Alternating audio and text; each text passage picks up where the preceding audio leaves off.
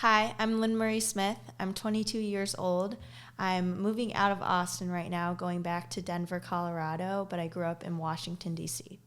Why are you going back to Denver? To start my first full-time job. Oh, wait, I shouldn't look at the camera, should I? To start my first full-time Okay. I'm like, First full-time job. Yes. What is that job? It's starting in an entertainment company called High Noon Entertainment. I'm going to be part of the development team. What will you be doing? I'll basically be helping the development team. The focus of the company is unscripted television. So we have to come up with ideas for TV shows on HGTV, TLC, all stuff like that. So I'll be helping the development team come up with those ideas. Dang, I need some of those people. Yeah. Oh, that's cool. Mm-hmm. So while you've been in Austin, as many people know who have, either followed me on Instagram or emailed, you've been essentially keeping track of all the communications on our end. Kind of like, it was almost like a semi-assistant, almost like, it was like an intern assistant, kind of something. Didn't really have an official thing behind it, but now you're leaving, meaning I have to respond to emails until I hire a new person. But what have you been doing in Austin while you're here? What brought you here? Yeah, so basically the Austin Film Festival brought me here. I was an intern in the screenplay department, which was really fun. We got to read scripts and set up that part of the festival, which has a script competition, and then we have panelists come and speak, and we have roundtable events where people get to exclusively talk with directors and producers that are big in the industry. And then I worked for you part-time when I wasn't doing that. How many months have you been here? 3 months. Was the internship paid? Unpaid. Okay, besides, the little bit you got from me, how have you been making money and surviving? So I had a part-time job at a nail salon right across the street from me. Really? So how many hours a week were you doing that? So I would go from my internship straight to the nail salon. It would become like 35 hours a week. Wow. So almost full-time, but 35 hours a week at what wage? 15. Like $500 a week? Yeah. It varied though. Yeah. Sucks that the internship was not paid. Would you say the internship that you sacrificed, making, because you already graduated college with a bachelor's degree, would you say the not making money right after graduation has actually helped at all? Has that helped your future? The internship was the most valuable experience that I got here, for sure. But if you didn't do it and you just went straight into a full-time career position, I wouldn't have been mattered? The thing with the film industry is I wouldn't have been able to get the job I wanted without internship experience. And that's kind of how most careers are evolving nowadays, is that you need like unpaid or low wage experience before you can move up. And with the film world especially, you need like 2 or 3 internships before you can get a real job, which I had one back home in Colorado. And so I had this one here in Austin. And then I was able to gain the experience to get a full-time job. So you only got the job you got because you had this internship? Most likely, because I had the experience of like helping a team. I probably could have done it a different way, but this is the way that like it worked out for me. So what has your rent been, making $2,000 a month here the last few months?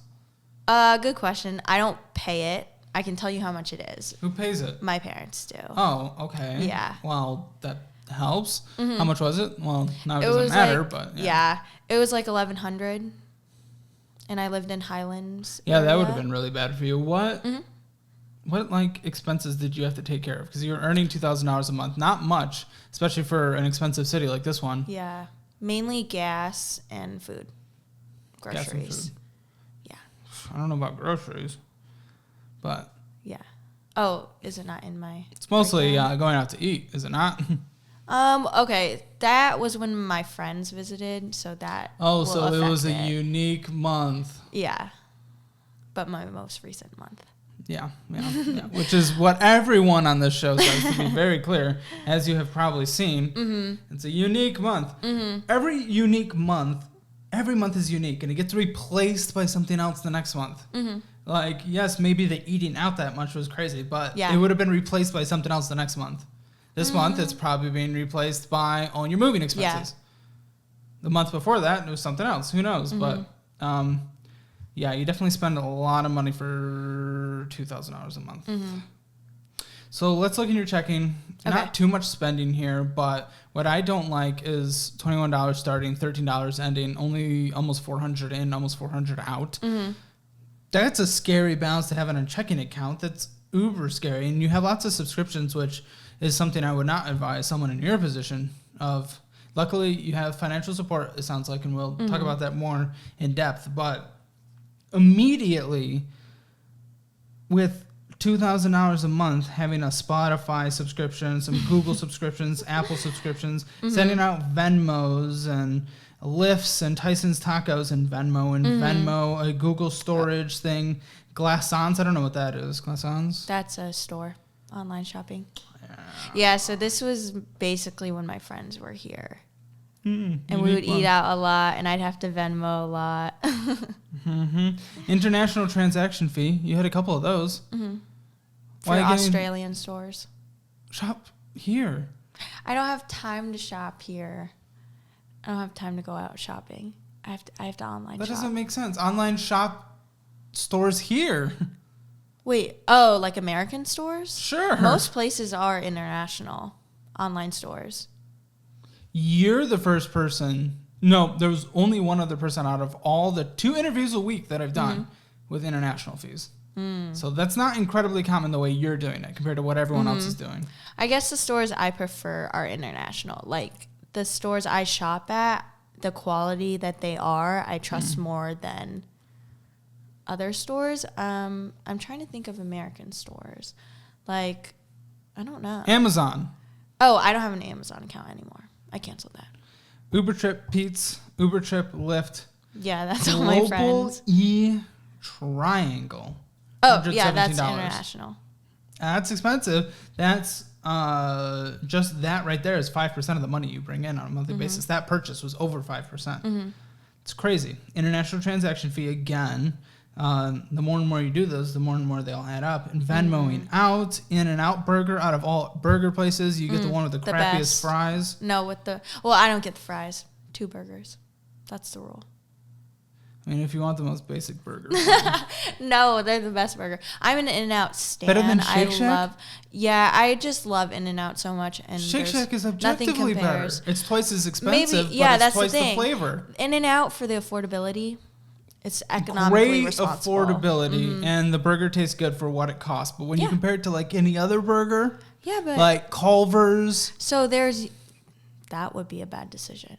What, Culver's? Spending more money on a burger when I could just get a cheap one. That's good. Well, yes, you prefer your money to go to international to close. Yeah, $6 at a burger place. That's not bad. But and for two burgers. For 2 burgers, yeah.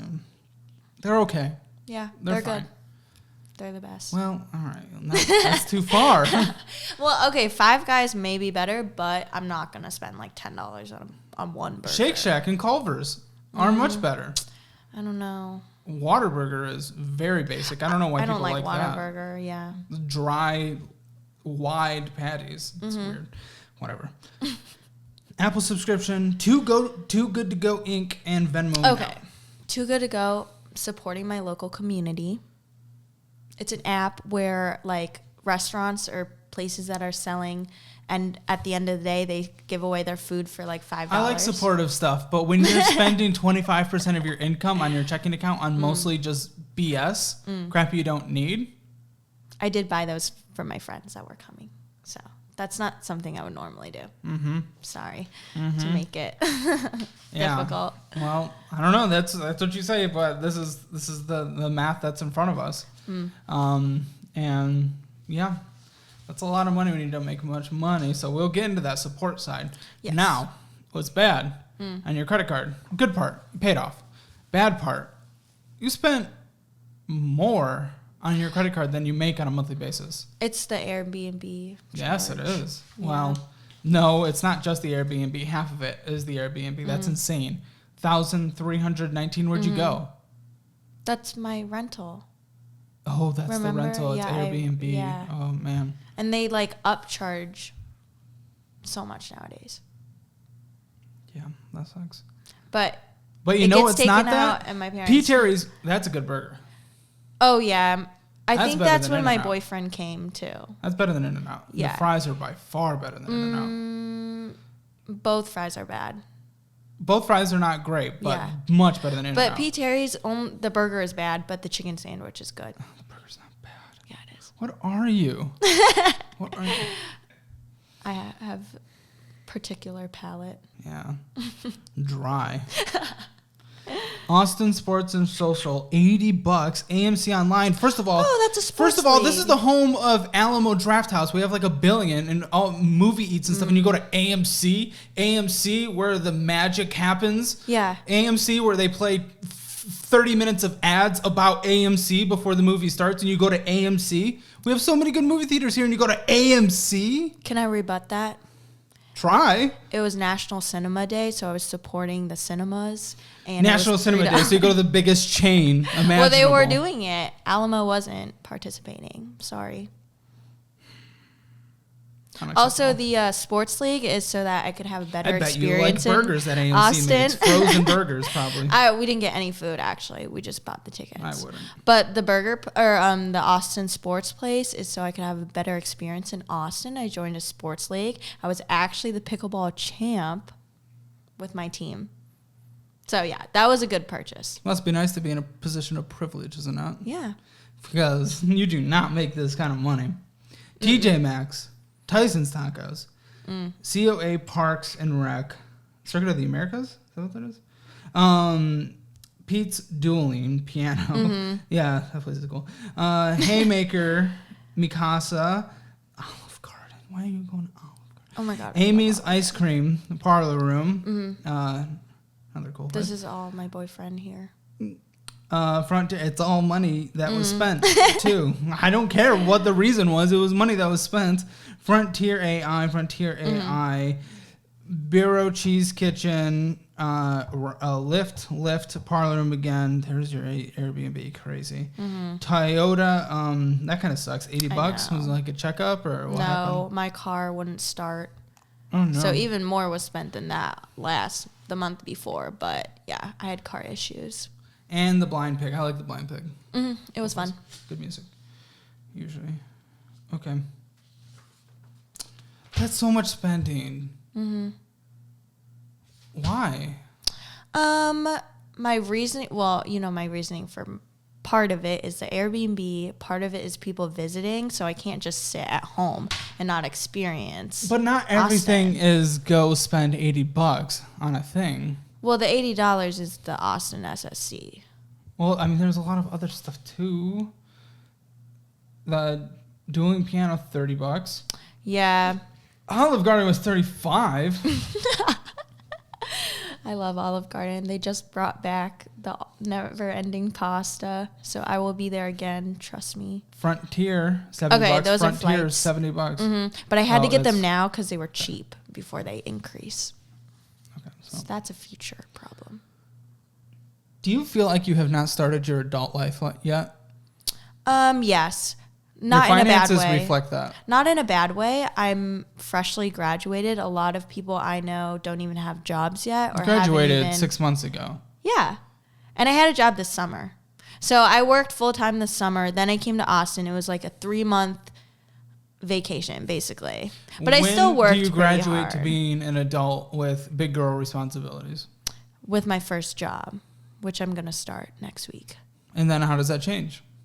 And then I'll be like investing more, get a Roth IRA, investing in my family's like group account that we invest in. All right, well, we'll have to talk about that.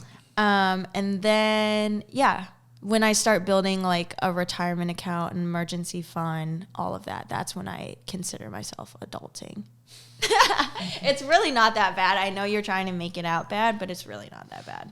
But you can keep going. Well, not necessarily. You can keep going. That's not exactly true. That spending is bad. No, but because it's not though, because people visited me out here. That's justification. That doesn't equal good. But it's not. I'm not in a bad situation. And taking this month in perspective to how I spend normally. Fine. How do you normally spend in not a normal month? Like nothing. Because I'll be like, so basically my normal spending would be gas and, well, so I was in college all 4 years. So it would just be gas or food. But most of it was paid for because I would get an allowance. So my spending, like... Your money comes from an extreme place of privilege. Yes, I'm aware of that. These spending habits are what worries me. Mm-hmm. That's what's bad. What worries me is you saw $2,000 come in from your part-time job. You spent over $2,000 on the credit card. Then you spent another 25% of what that $2,000 would be on your checking account alone. That's what worries me. That's what's bad. And then what's extra bad is justifying all around it. So no, it's not just good. Yeah. Okay. This spending habit in the last month was bad. My spending habit overall is not bad. I can only see what's in front of me. Right. So now what's interesting with your other account, this must be mommy and daddy's money, right? My big account. This looks like this savings. is where this is where I put all of my like income. My pay goes in there.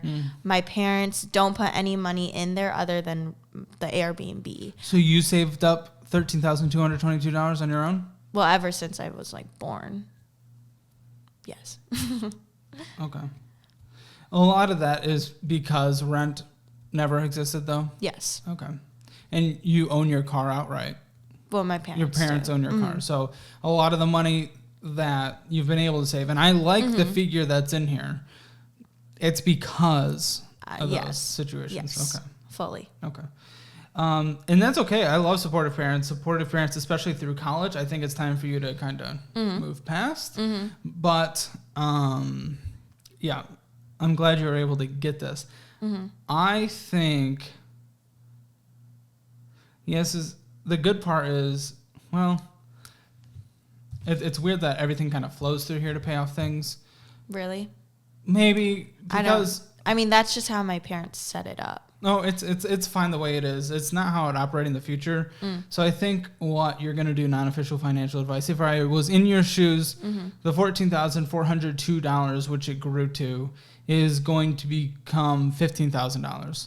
No. That's what it is. Wait. You're moving home. What's your living situation going to be at home? I'm living at home. Okay, for how long?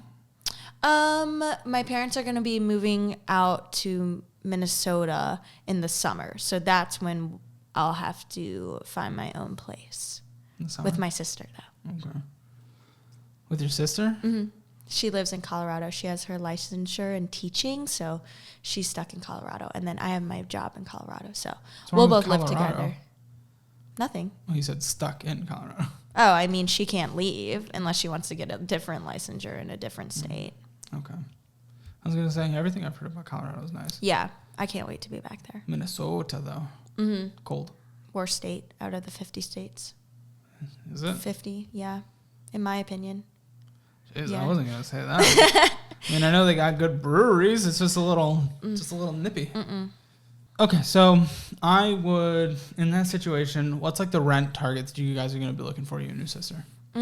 So I'm not exactly sure what the situation looks like because she wants to live with her boyfriend and her friend, and so she's kind of grouping me in to the fourth this sounds room. much less secure than it sounded at first. Yeah. So we're either going to look... Okay.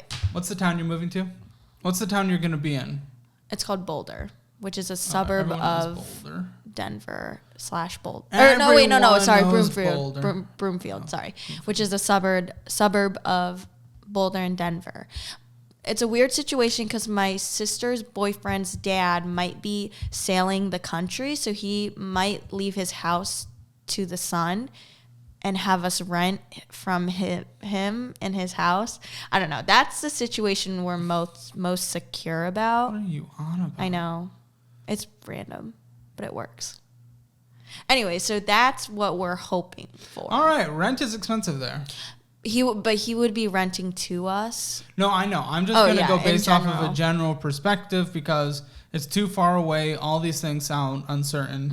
But a lot of these are houses in like 3 bedrooms, so you'd split. I'm going to say Your rent would at least I'm just gonna say it'd be like 600, 700. Because my parents pay $2,200 right now in a 4. Wait, 1, they 2, rent? 3, 4. Yeah, we rent. So hypothetically, if we took over that house and rented from our landlord, I'm not seeing a house in that entire city that's as cheap as that for rent currently. So I mean, rents are only going up right now. Mm-hmm. It's kind of a delayed figure to the housing market, and obviously the housing market, even though it's in a little bit of a slump right now, has certainly performed very well and over the past few years, and rent is catching up. So I don't know. I'm gonna say your rent's gonna be like $1,000. But if it's lower, that's great. We're just gonna say, for example's sake, we're gonna do $1,000 for now, just because everything just sounds so uncertain. Rent's going up. I don't know. Mm-hmm. So with that being said, then, so you said this is at $15,000. Yes. Your savings. Once you get home, you put $10,000 of it in something like Ally or Marcus by Goldman Sachs, some high yield savings that gets you over 2% currently right now a year in annual interest. That's your emergency fund. Okay.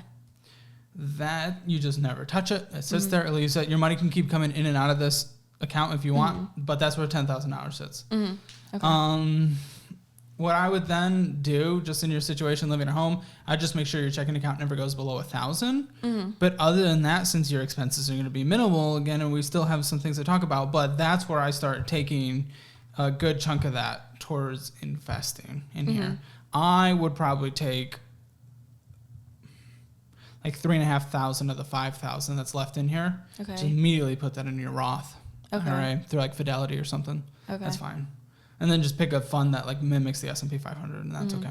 So your car situation. It's your parents. That's not going to be a forever situation. Tell me the car. What is the car? Oh, it's a white RAV4. Year? Toyota, 2011. Do you have it until it dies?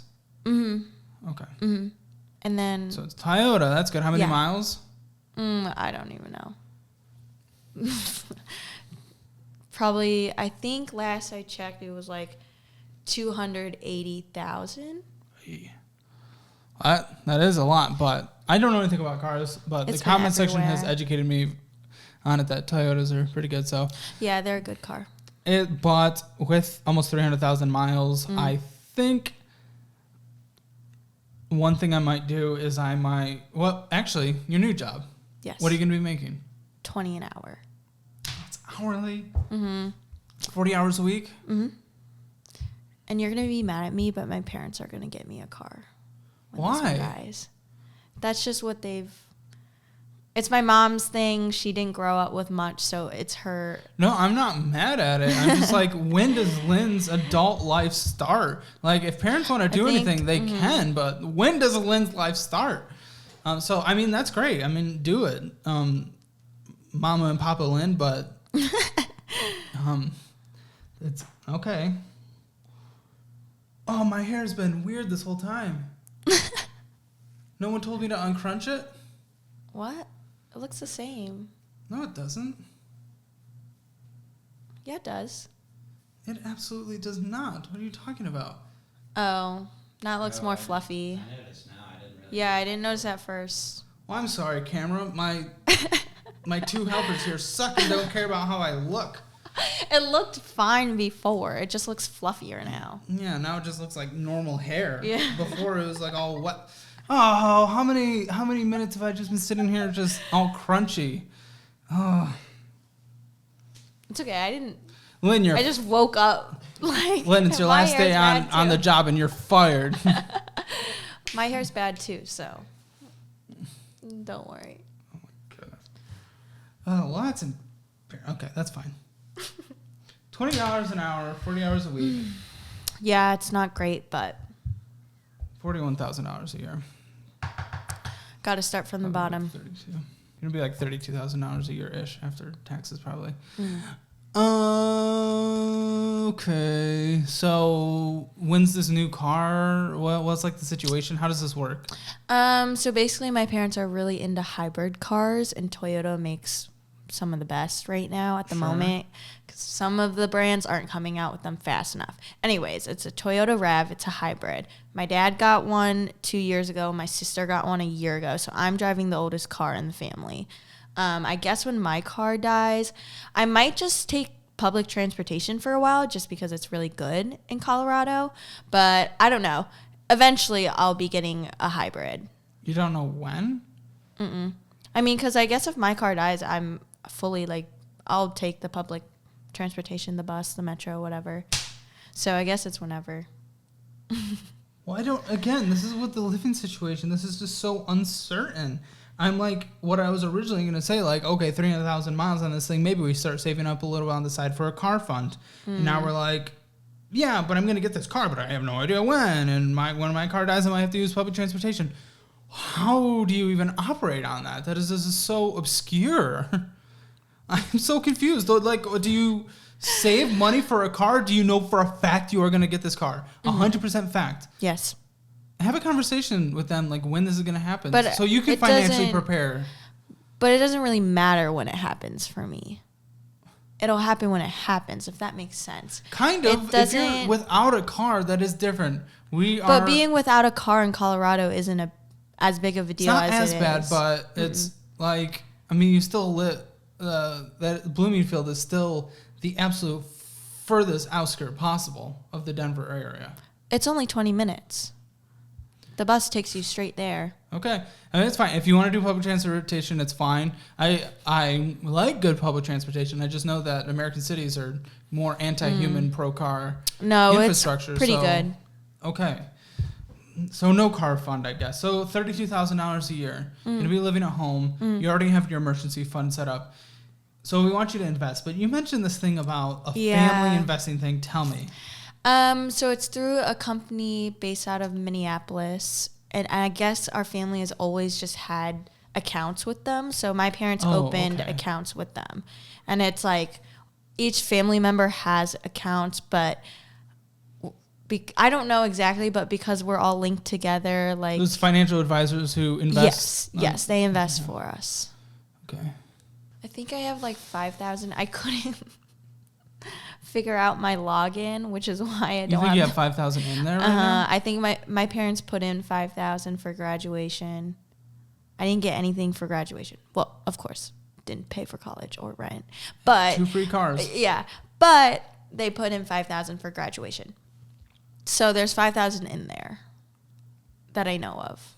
But you don't know what they're investing in. My mom tells me that they invest younger money in riskier stocks. Sure. But once I get older, they'll start investing in safer stocks.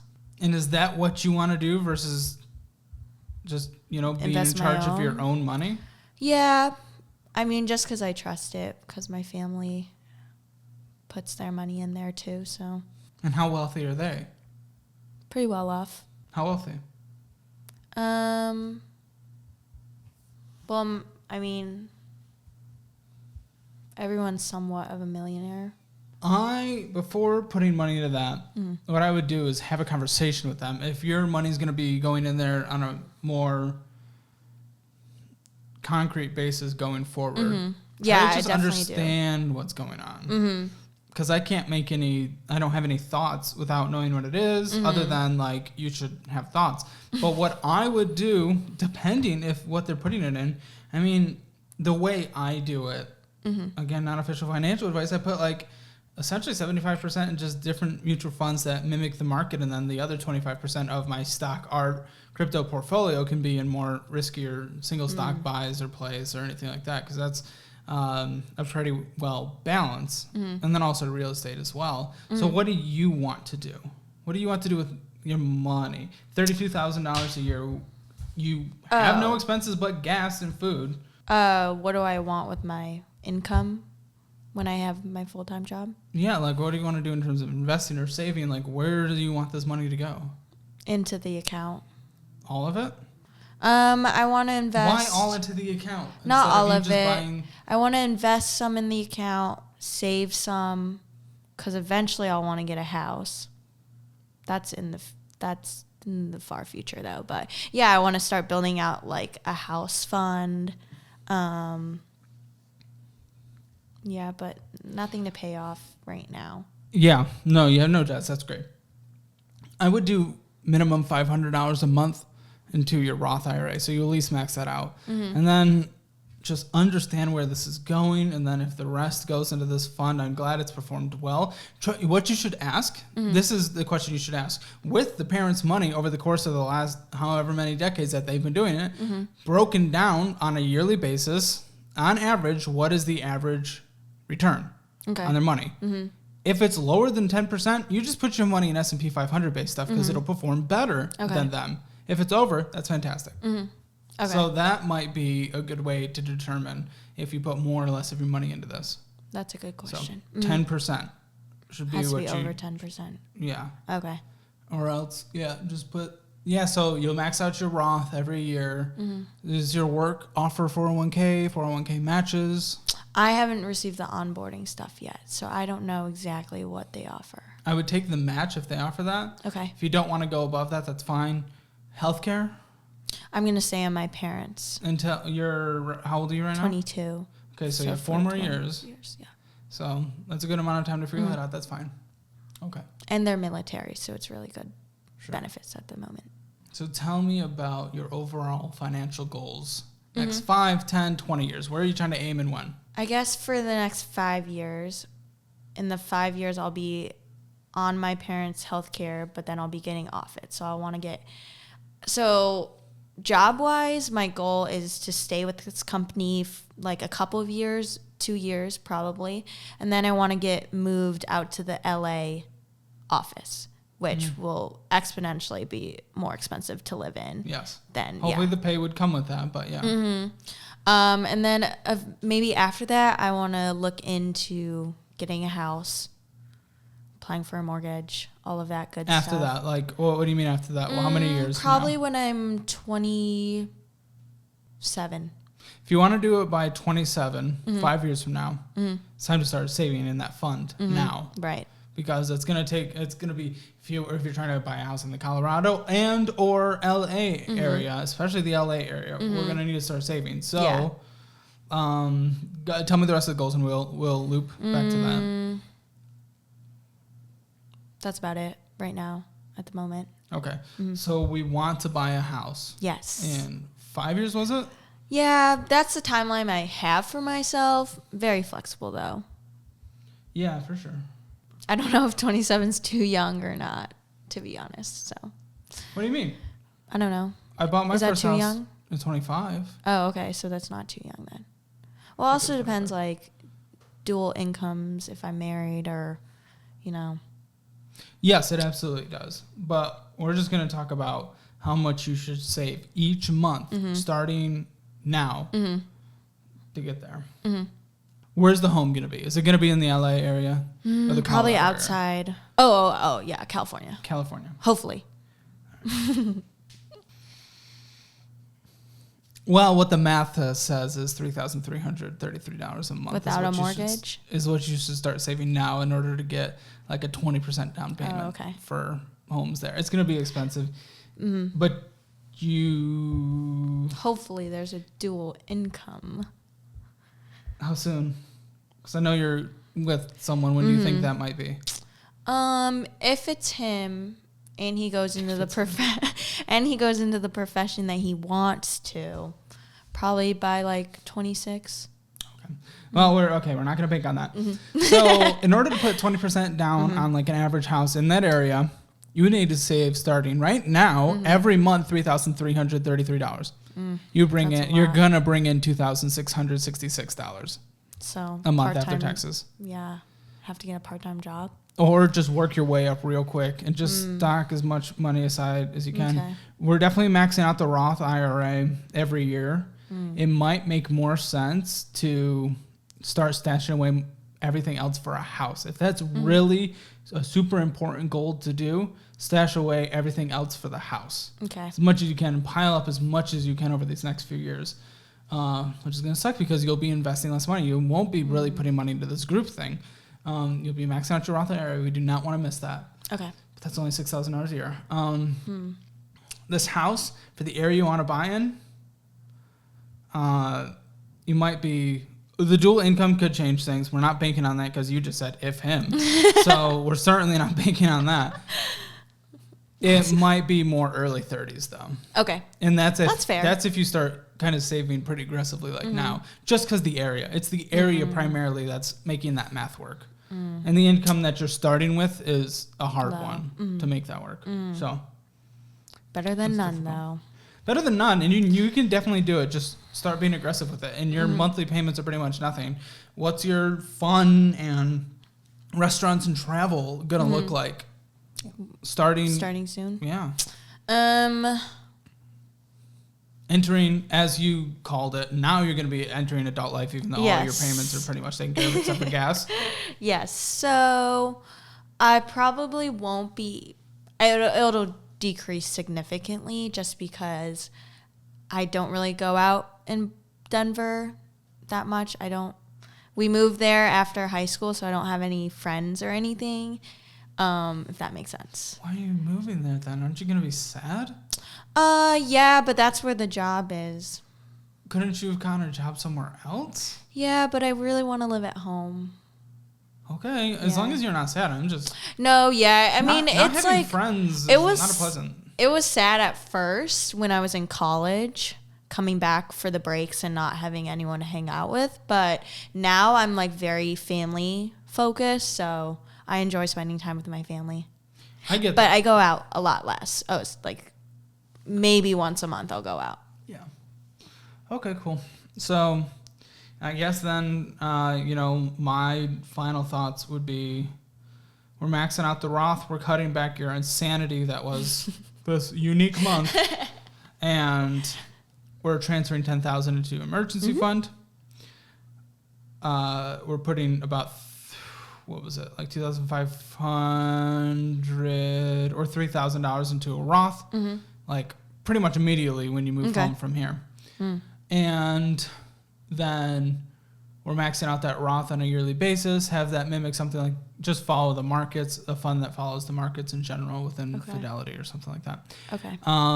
Understand the average rate of return on a yearly basis split down by the decades that your family has been there of this group. Under or over 10% is the number you're looking for because 10% is the average for the S&P 500 when split down over decades on a yearly basis. And then you decide how much is the home a priority.